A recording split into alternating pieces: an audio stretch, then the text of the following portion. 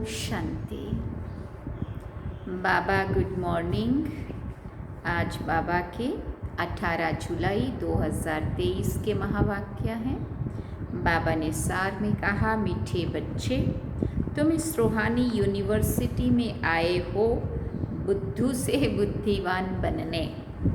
बुद्धिवान अर्थात पवित्र बनने की पढ़ाई तुम अभी पढ़ते हो। बाबा ने प्रश्न पूछा, बुद्धिमान बच्चों की मुख्य निशानी सुनाओ। तो बाबा ने उत्तर में कहा, बुद्धिमान बच्चे ज्ञान में सदा रमण करते रहेंगे। उन्हें मौलाई मस्ती चढ़ी हुई होगी। उनके बुद्धि में सारे सृष्टि चक्र की नॉलेज रहती। नशा रहता कि हमारा बाबा हमारे लिए परम धाम से आया हुआ है। हम उनके साथ परम धाम में रहते थे। हमारा बाबा ज्ञान का सागर है। हम अभी मास्टर ज्ञान सागर बने हैं। हमें वो मुक्ति, जीवन मुक्ति का वर्षा देने आए हैं। गीत सुना कौन आया मेरे मन के द्वारे, पायल की झनकार लिए। ओम शांति। जीव की आत्मा जानती है कि हमारा परमपिता परमात्मा हमको सन्मुख पढ़ा रहे हैं, वराजयोग सिखला रहे हैं। तो जैसे कि ये ईश्वरीय यूनिवर्सिटी ठहरी। यूनिवर्सिटी इसको क्यों कहते हैं? ऐसे नहीं कि और जो भी सब यूनिवर्सिटीज़ हैं वो यूनिवर्स के लिए हैं, नहीं, वो यूनिवर्स के लिए तो नहीं ठहरी, नहीं तो उनको यूनिवर्सिटी नहीं कहेंगे। यूनिवर्सिटी मीन्स कि जो सारे यूनिवर्स के, पूरे विश्व के लोग उसमें पढ़ सकें। बाबा कहते वो तो है नहीं, वो यूनिवर्स के लिए तो ठहरी नहीं, तो उसको फिर यूनिवर्सिटी नहीं कहेंगे। तुम बच्चे यहाँ जानते हो, हाँ, यहाँ तुम बच्चे जानते हो ये सच्ची ईश्वरीय यूनिवर्सिटी, गॉडली यूनिवर्सिटी है, परंतु कोई भी समझ नहीं सकते क्योंकि बुद्धू है। बुद्धू को बुद्धिवान बाप ही बनाते। मनुष्य बुद्धिवान के आगे माथा झुकाते हैं। देवी देवताओं को, सन्यासियों आदि को माथा झुकाते हैं। सन्यासी पवित्र है तो जरूर बुद्धिवान ठहरे। पवित्रता को अच्छा मानते हैं। ये विकार ही मनुष्य को हैरान करते हैं। इसलिए पवित्र रहने वाले सन्यासियों को गृहस्थी लोग बुद्धिवान समझते हैं और उनके चरणों में झुकते हैं। बस सन्यासी लिबास देखा और झट माथा झुकाएंगे। अभी तो उन्हों का मान कम हो गया है, इसलिए संभाल कर कदम उठाते हैं। आगे तो सन्यासियों को देखकर झट ऑफर करते थे, स्वामी जी हमारे घर पर चलो। अभी तो टू मच हो गए हैं और तमो प्रधान बन पड़े हैं, इसलिए जो बहुत नामी ग्रामी है उनका ही मान होता है। बड़े आदमी भी उनको माथा झुकाते हैं। क्यों? पढ़े लिखे तो सन्यासियों से भी जास्ती हैं, परंतु वो पवित्र हैं, सन्यास किया है, इसलिए बुद्धिवान माने जाते हैं। अभी तुम बुद्धिवान बनते हो।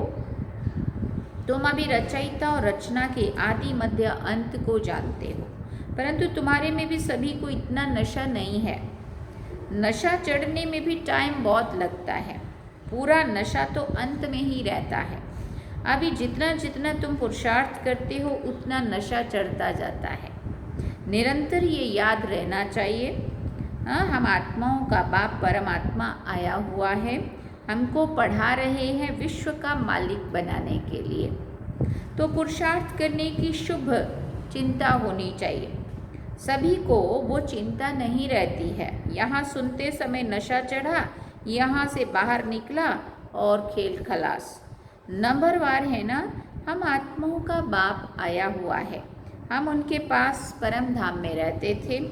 ऐसे और कोई समझते नहीं है। साधु सन्यासी आदि पवित्र हैं, तुम्हारे में भी नंबरवार है। सभी को ये निश्चय नहीं बैठा है कि हमारा परमपिता परमात्मा ज्ञान का सागर है, जीवन मुक्ति दाता है, जो हमको स्वर्ग का मालिक बनाते हैं। यहाँ से पाँव बाहर निकला और वो खुशी गुम हो जाती है। नहीं तो तुम बच्चों को कितनी खुशी रहनी चाहिए। लेकिन बाबा कहते, मैंने भी इस तन का आधार लिया है, नहीं तो राजयोग कैसे सिखलाऊंगा। मुझे अपना शरीर नहीं है। मंदिरों में देखेंगे तो सबको अपना शरीर है, मैं तो अशरीरी हूँ। और सभी को आकारी व साकारी शरीर मिला हुआ है। मेरा शरीर नहीं है, सोमनाथ का मंदिर है अथवा शिव के मंदिर में जहाँ भी जाओ वहाँ निराकारी रूप है। सिर्फ नाम रूप भिन्न रख दिए हैं। केदारनाथ, बद्रीनाथ, अमरनाथ, सोमनाथ जो भी है ना, नाम अलग अलग रखे हैं, बाकी शिवलिंग तो शिवलिंग है। ये तो जानते हो आत्मा परम धाम से आती है, भिन्न भिन्न शरीर धारण कर पार्ट बजाती है। मैं इस 84 के चक्र में नहीं आता हूँ, मैं हूँ परम धाम में रहने वाला, इस शरीर में आया हुआ हूँ। तुम कहेंगे निराकार फिर कैसे आते हैं? हाँ, आ सकते हैं। तुम लोग पितृ खिलाते हो तो आत्मा आती है ना, शरीर तो नहीं आता है। आत्मा प्रवेश करती है, समझते हैं आत्मा दूसरे शरीर में प्रवेश करती है। कोई तो भूत की आत्माएं बहुत चंचल होती हैं, पत्थर आदि मारती हैं। आत्मा शरीर में आती है तब कुछ कर सकती है, उसे घोस्ट कहते हैं। कोई कोई होती है ना परेशान करने वाली आत्माएं, अगर वो किसी में घुस जाती हैं तो वो बहुत परेशान करती हैं। अशुद्ध आत्माएं भी प्रवेश करती हैं। तुम बच्चों को अनुभव है कि कैसे अशुद्ध आत्माएं भटकती हैं जब तक उनको अपना शरीर मिले। शुद्ध आत्माएं भी आती हैं, ये भी ड्रामा में नोंद है। जो कुछ पास हुआ ड्रामा का खेल है। बाप समझाते मैं आकर साधारण बूढ़े तन में प्रवेश करता हूँ, जरूर अनुभवी का शरीर चाहिए ना। ब्रह्मा का नाम मशहूर है, ब्रह्मा की राय भी मशहूर है। ब्रह्मा को फिर कहाँ से राय मिली? ब्रह्मा है शिव बाबा का बच्चा, तो उनकी है श्रीमत, तो जरूर मुख्य श्रीमत ब्रह्मा की होनी चाहिए जिसमें बाप प्रवेश करते हैं। भारतवासी इन बातों को नहीं जानते हैं, वो तो समझते हैं सब एक ही एक है। श्री कृष्ण, शिव आदि सब एक ही हैं। श्री कृष्ण को महात्मा योगेश्वर भी कहते हैं, परंतु क्यों कहते हैं ये तो नहीं समझते हैं। श्री कृष्ण की आत्मा अभी ईश्वर द्वारा योग सीखकर योगेश्वर बन रही है। कितना गुप्त राज है ना। मनुष्य तो कह देते हैं परमात्मा नाम रूप से न्यारा है, उनका शरीर है नहीं, परंतु तुम तो कहते हो सोमनाथ का मंदिर शिव के अवतरण का यादगार है। जरूर कल्प पहले शिव बाबा आया हुआ था और अब भी आया हुआ है। फिर द्वापर में उनकी भक्ति शुरू होती है, शिवरात्रि मनाते हैं ना। बाप बैठ समझाते तुम आत्माएं परम धाम से आई हो पार्ट बजाने। आत्मा अविनाशी है, इसमें 84 जन्मों का पार्ट भरा हुआ है। जैसे बाप पुराने शरीर में आए हैं, वैसे तुम भी पुराने शरीर में हो। बाबा इस पुराने शरीर से लिबरेट कर नया देते हैं। युक्ति बतलाते हैं कि कौड़ी तुल्य से हीरे तुल्य कैसे बनो। गाते भी हैं माशुक एक। बाप कहते हैं मैं परम धाम का रहवासी हूँ, तुम भी परम धाम में रहने वाले हो। मैं पुराने से पुराने शरीर में आया हुआ हूँ। तुम्हारा भी 84 जन्मों के अंत का ये पतित तन है। तुम भी अपने को आत्मा समझो। हमने 84 जन्म भोग पूरे किए हैं, अभी ये फिर नई दुनिया में हमको नया शरीर मिलेगा, तो कितनी खुशी में रहना चाहिए। नंबरवार है ना, कोई तो बिल्कुल ही डल हेड है। माया ने बिल्कुल ही पत्थर बुद्धि बना दिया है। जैसे गरम तवे पर पानी डालो तो बिल्कुल ही सूख जाएगा, ऐसे तत्ते तवे हैं। बाबा कहते कुछ फर्क ही नहीं पड़ता। जैसे गरम तवे पे पानी डालते तुरंत तो सूखेगा सूखा ही। अरे तुम अपने को सिर्फ आत्मा बाप की संतान समझो ना, वो भी नहीं समझते हैं। अगर समझते तो आश्चर्यवत भागंती क्यों हो जाते। माया बड़ी जबरदस्त है। कोई गफलत की और माया थप्पड़ मार देगी। अरे बाबा आया है वर्षा देने, फिर भी तुम विकारी बनते हो, बड़ा जबरदस्त थप्पड़ लगाती है। बाप तो थप्पड़ नहीं मारेंगे, माया थप्पड़ मार मुंह फेर देती है। फिर बाबा ने कहा ऐसे बहुत माया के थप्पड़ खाते रहते हैं। माया भी कहती है तुम बाप को याद नहीं करते हो तो मैं मारती हूँ। माया को हुक्म मिला हुआ है बुद्धिहीन को बुद्धिवान बनाना है तो क्यों नहीं सर्विस करते हो?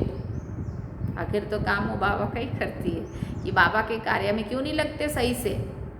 तब वो हैरान करती है फिर, क्या अब तक माया के मोचरे खाते रहना है क्या? बहुत मोचरा खाते रहते हैं, कोई को क्रोध का, कोई को मोह का मोचरा। बाबा कहते हैं तुम सब कुछ सरेंडर कर ट्रस्टी होकर रहो। विकार भी दान में दिया, फिर काम में क्यों लाते हो? विकारों का तो कोई रूप नहीं है। धन के लिए कहेंगे ट्रस्टी होकर रहो, भले काम में लगाना, परंतु बहुत संभाल से, बाप की श्रीमत से। पैसे से कोई ऐसा विक्रम नहीं करना, नहीं तो उनका बोझा सारा तुम्हारे सिर पर चढ़ेगा। माया बड़ी तमो प्रधान है, वो भी जानती है ये बाप को ठीक रीति से नहीं याद करते हैं, इसलिए मारो इनको घूंसा। क्या बोलती है माया? ये बाबा को सही से याद नहीं करते, बुद्धि को भटका के रहते हैं चारों तरफ, मारो इनको घूंसा। माया कहती है अगर बाप और वर्षे को याद नहीं करेंगे तो मैं थप्पड़ मार दूंगी। बहुत बच्चे लिखते भी हैं बाबा माया ने थप्पड़ मार दिया। बाबा भी लिखते हैं हाँ बच्चे, माया को हुक्म मिला हुआ है खूब थप्पड़ मारो, क्योंकि तुम मेरे बनते नहीं हो, सही से क्यों नहीं चलते हो।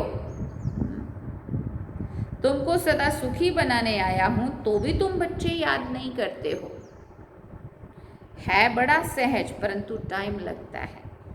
नहीं तो बाप और वर्षे को याद कर खुशी का पारा चढ़ जाना चाहिए। आखिर में याद करते करते मैंने कहा झुझकी आए माना हिचकी आए, बस हम बाबा के पास चला जाता हूँ, फिर आ जाऊंगा स्वर्ग में, एकदम जैसे मौलाई बनकर चले जाएंगे। अच्छा, ये तो कोई नहीं जानते हैं आत्मा आशिक है परमपिता परमात्मा की। सच्चे सच्चे आशिक तो तुम हो, बाबा ने कहा। आधा कल्प तुम आशिक बन माशूक को खूब याद करते हो, परंतु ये नहीं जानते हो कि आत्मा परमात्मा पर आशिक होती है। वो तो कह देते हैं आत्मा सो परमात्मा, परमात्मा सो आत्मा। यहाँ तो बहुत फर्क है। तुम जानते हो परमात्मा है माशूक, वो पवित्र सोल हमको कितना खूबसूरत बनाती है। हम आत्मा गंदी बनने से जेवर भी गंदे बन पड़े हैं। अब बाबा आया है फिर गोरा बनाने, फिर शरीर भी गोल्डन एज्ड होगा, हाँ गोल्डन एज्ड मिलेगा। खाद सोने में डालते हैं ना। अब देखो ये मंदिर है आदि देव का।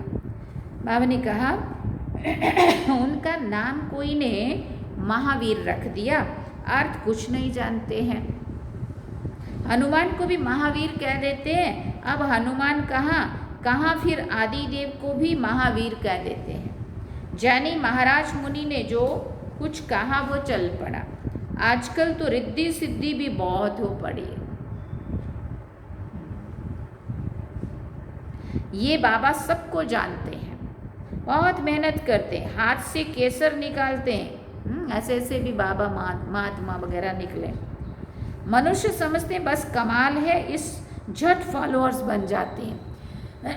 ऐसा कुछ चमत्कार जैसा दिखाते हैं ना, तो वो समझते हैं बहुत पहुंचा हुआ महात्मा है, चलो गुरु बना लो।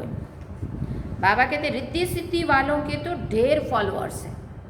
यहाँ तो वो बात नहीं है, यहाँ रिद्धि सिद्धि की बात नहीं, अपनी मेहनत से बनना है। पुरुषार्थ करना पड़ता है, त्याग भी करना पड़ता है, तपस्या भी करना पड़ता है, सेवा भी करना पड़ता है, तब बनते हैं। बाबा कहते मैं 5000 वर्ष पहले मौफिक आया हूँ, ऐसे कोई कह ना सके। बच्चे कहते हैं बाबा 5000 वर्ष पहले हम आए थे, आपसे स्वर्ग का वर्षा पाया था, अब फिर परमपिता परमात्मा शिव के बच्चे आकर बने हैं इस ब्रह्मा द्वारा। दुनिया है कलयुग में, कलयुग में ब्राह्मण कहाँ से आए? ब्राह्मण तो संगम पर चाहिए ना, पैर और चोटी संगम हुआ ना। शूद्र और ब्राह्मण का संगम, शूद्र से फिर ब्राह्मण बनते हैं, ये 84 का चक्र और कोई नहीं जानते हैं। तुम जानते हो हम ब्राह्मण हैं, ब्रह्मा की औलाद प्रैक्टिकल में बने हैं। उन ब्राह्मणों को तो तुम कह सकते हो कि तुम अपने को ब्रह्मा की औलाद कहलाते हो। अच्छा, ब्रह्मा का बाप कौन है, ऐसा उनको पूछना है। बता नहीं सकेंगे, डिब्बे में ठिकरी बाबा के बुद्धि में कुछ ज्ञान थोड़ी है चीज़ का। बस हम ब्राह्मण ही भगवान है, तुम सब भक्त थे, तुम सब भक्त थे, अब कहते हो हम लक्ष्मी को वरने के लायक बन रहे हैं। इसमें पुरुषार्थ चलता है। समझो हम परम धाम से आए हैं, अभी बाबा फिर से वापस ले जाने के लिए आए हैं। हम भी ब्रह्मांड के मालिक हैं, बाबा भी पुराने तन में आए हैं, हम भी पुराने तन में हैं। बाबा कहते हैं हमको भी पुराना तन लेना पड़ता है। अब मुझ बाप को याद करो तो विक्रम विनाश होंगे। टाइम भी देते हैं, पांडव गवर्नमेंट की सर्विस कम से कम 8 घंटा होनी चाहिए। ये बाबा ने पहले भी पक्का कराया था, आज फिर से बाबा याद दिला रहे हैं। राजयोग सिखलाना है, शंख ध्वनि करनी है। तुम श्रीमत से भारत को खास और दुनिया को आम स्वर्ग बनाते हो। स्वर्ग में सिर्फ तुम आते हो और धर्म वाले नहीं। ब्राह्मण, देवता, क्षत्रिय, वैश्य, शूद्र, इनको विराट रूप कहा जाता है। एक विराट रूप का भी चित्र बनाना चाहिए जो मनुष्य को सहज समझ में आ जाए। विष्णु को विराट रूप में ले आए हैं, चित्र तो ज़रूर चाहिए ना। स्कूल में भी चित्र रखते हैं ना, नहीं तो बच्चा क्या जाने हाथी क्या होता है, चित्रों पर दिखाते हैं। तो ये भी 4 युग है, अब कलयुग है, ज़रूर चक्र फिरेगा। ब्राह्मण तो संगम पर होते हैं ना। बाकी है जिस्मानी ब्राह्मण, पंडे, वो ब्रह्मा मुख वंशावली नहीं है। ब्रह्मा मुख वंशावली को तो दादे से वर्षा मिलता है, उन ब्राह्मणों को वर्षा कहाँ मिलता। इन बातों को तुम्हारे में भी नंबरवार समझ सकते हैं। अच्छा, मीठे मीठे सिकिल दे बच्चों प्रति माता पिता बाप दादा का याद प्यार और गुड मॉर्निंग। रूहानी बाप की रूहानी बच्चों को नमस्ते। हम रूहानी बच्चों की रूहानी माता पिता बाप दादा को दिलवा चांद सिकवा प्रेम से याद प्यार, गुड मॉर्निंग, नमस्ते, थैंक यू बाबा, शुक्रिया बाबा। अब धारणा के लिए मुख्य सार है। पहला पॉइंट, बुद्धि से सब कुछ सरेंडर कर ट्रस्टी होकर रहना है। बहुत संभाल से श्रीमत परमान हर कार्य करना है। दूसरी बात, बाबा और वर्षे को याद कर अपार खुशी का अनुभव करना है। बाबा की याद में मौलाई बन जाना है, सच्चा आशिक बनना है। वरदान में बाबा ने कहा, समाने और समेटने की शक्ति द्वारा एकाग्रता का अनुभव करने वाले सार स्वरूप भव। देह के संबंधों और पदार्थों का बहुत बड़ा विस्तार है। सभी प्रकार के विस्तार को सार में लाने के लिए समाने व समेटने की शक्ति चाहिए। सर्व प्रकार के विस्तार को एक बिंदु में समा दो। मैं भी बिंदु, बाप भी बिंदु, एक बाप बिंदु में सारा संसार समाया हुआ है। तो बिंदु रूप अर्थात सार स्वरूप बनना माना एकाग्र होना। एकाग्रता के अभ्यास द्वारा सेकंड में जहाँ चाहो जब चाहो बुद्धि उसी स्थिति में स्थित हो सकती है। स्लोगन में बाबा ने कहा, जो सदा रूहानियत की स्थिति में रहते हैं वही रूहानी गुलाब हैं। जो सदा रूहानियत की स्थिति में रहते हैं वही रूहानी गुलाब हैं। अच्छा, ओम शांति। बाबा ने सार में कहा, मीठे बच्चे, तुम इस रूहानी यूनिवर्सिटी में आए हो। बाबा ने बहुत अच्छी बात कही, बुद्धू से बुद्धिवान बनने। बुद्धिवान अर्थात पवित्र बनने की पढ़ाई तुम अभी पढ़ते हो। और गीत क्या सुना, कौन आया मेरे मन के द्वारे, पायल की झनकार लिए। तो ये थे आज के बाबा के महावाक्य। अब हम बाबा को याद करते हैं। चलिए बाबा की याद।